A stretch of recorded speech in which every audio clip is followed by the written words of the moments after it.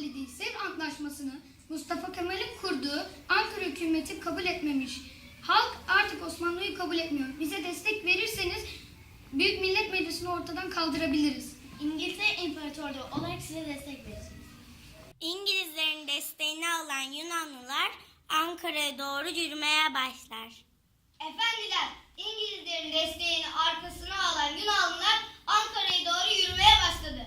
İsmet İnönü'nün ordunun başına geçmesini ve Yunanlıların bu ilerleyişini durdurmasını teklif ediyorum. Ankara'ya ulaşmamızı kimse durduramaz. Yürüyün aslanlarım, onların ilerlemesine izin veremeyiz.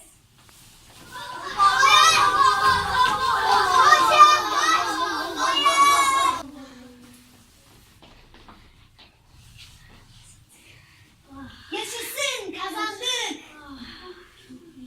Efendiler, İsmet İnönü 1. ve 2. İnönü savaşlarıyla düşmanla 2 kez karşı karşıya gelip ikisini de kazanmıştır. Düşman İzmir'e geri çekilmiştir.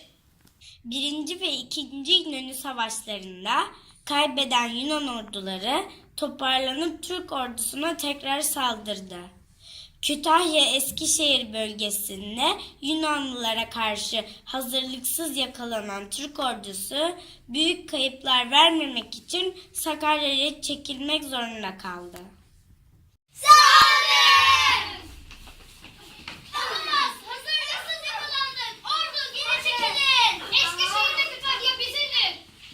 Efendiler, Kütahya ve Eskişehir'in kaybedilmesiyle umutsuzluğa düşüp ordunun başına başkomutan olarak geçmemi istemişsiniz. Biliniz ki bu görevi yalnızca 3 aylığına kabul edeceğim. Kütahya ve Eskişehir'in kaybedilmesinden sonra Mustafa Kemal ordunun başına başkomutan olarak geçmiştir. Efendiler, yorgun olan ordularımızın ihtiyaçlarını karşılamak için Tekalifi Milliye Kanunu'nun çıkarılmasını teklif ediyorum.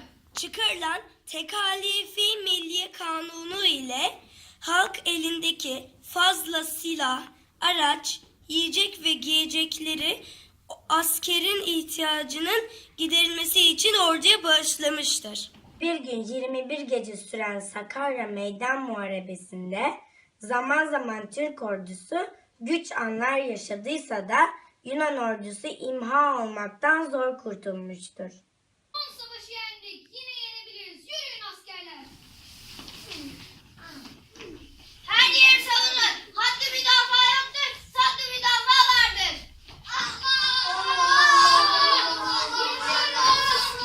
Efendiler, Mustafa Kemal Sakarya'da yapılan meydan muharebesinde düşmanı hezimete uğratmıştır.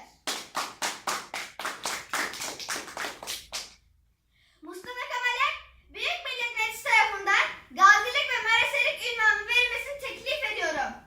Yunan ordusu Türk ordusu karşısında tutunamayınca geri çekildi.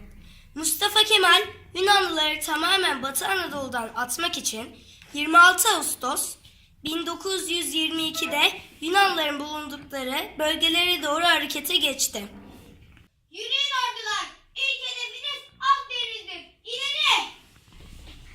Allah Allah Allah Allah. Saldırın! Hayır! Kaçın! Efendiler, 26 Ağustos'ta Yunanlıları ülkeden atmak için kovalayan Mustafa Kemal, 30 Ağustos'ta yapılan Başkomutanlık Meydan Muharebesi'yle Yunanları yeniden perişan etmiştir. Mustafa Kemal ordusuyla girdiği tüm savaşları kazandı. Tüm Batı Anadolu'yu geri aldılar. Şimdi de İstanbul'a doğru yürüyorlarmış. Artık daha fazla kayıp veremeyiz. Bu savaştan çekilmeliyiz. Efendiler, işgalci devletler İstanbul'u, Boğazları ve Doğu Trakya'yı bırakmaya razı olarak bizle ateşkes yapmak istiyorlar. Tüm bu savaşlar sonrasında 11 Ekim 1922 yılında yapılan Mudanya Ateşkes Antlaşması'yla Kurtuluş Savaşı'nın silahlı mücadele kısmı bitmiştir. İstanbul'un ve Doğu Trakya'nın da Ankara hükümetinde bırakılmasıyla Osmanlı elinde kalan tüm toprakları kaybetmiştir. Yani Osmanlı Devleti hukuken sona ermiştir. Bu anlaşmayla Anadolu'yu terk ediyoruz. Bu anlaşma yeni kurulan Türk Devleti'nin ilk zaferidir. 24 Temmuz 1923'te imzalanan Lozan Antlaşması'yla da bütün dünya yeni kurulan Türk Devleti'nin varlığını ve bağımsızlığını resmi olarak tanıdı ve Kurtuluş Savaşı sona ermiş oldu. Bu anlaşma ile tüm dünya bizi tanıyacak.